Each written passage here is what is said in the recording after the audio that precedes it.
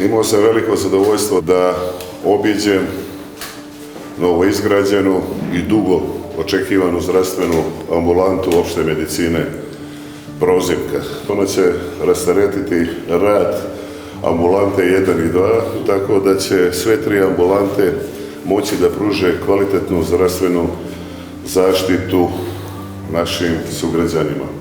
Zaista smo oduševljeni kako zaposleni u Domu zdravlja, tako i stanovnici mesne zajednice Prozivka. Oni će konačno svoje zdravstvene usluge potražiti u svom okruženju, u svojoj mesnoj zajednici. Objekat je pred samim početkom rada, čeka se samo još saglasnosti i dozvole.